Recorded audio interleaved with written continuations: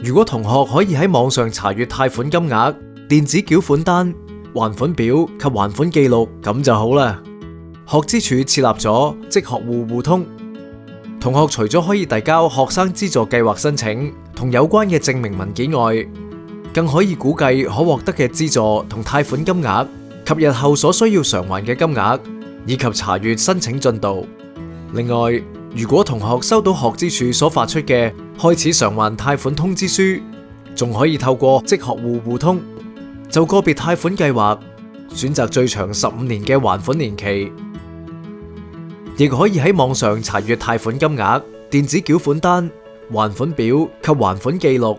更可以提出償還部分貸款或一次過償還整筆貸款。同學想使用或想了解更多職學戶互通嘅服務，可以到以下網址，所有事情都一清二楚。如果大家仲有任何疑惑，可以瀏覽職學處嘅網頁，詳細閱覽申請指引及其他相關文件。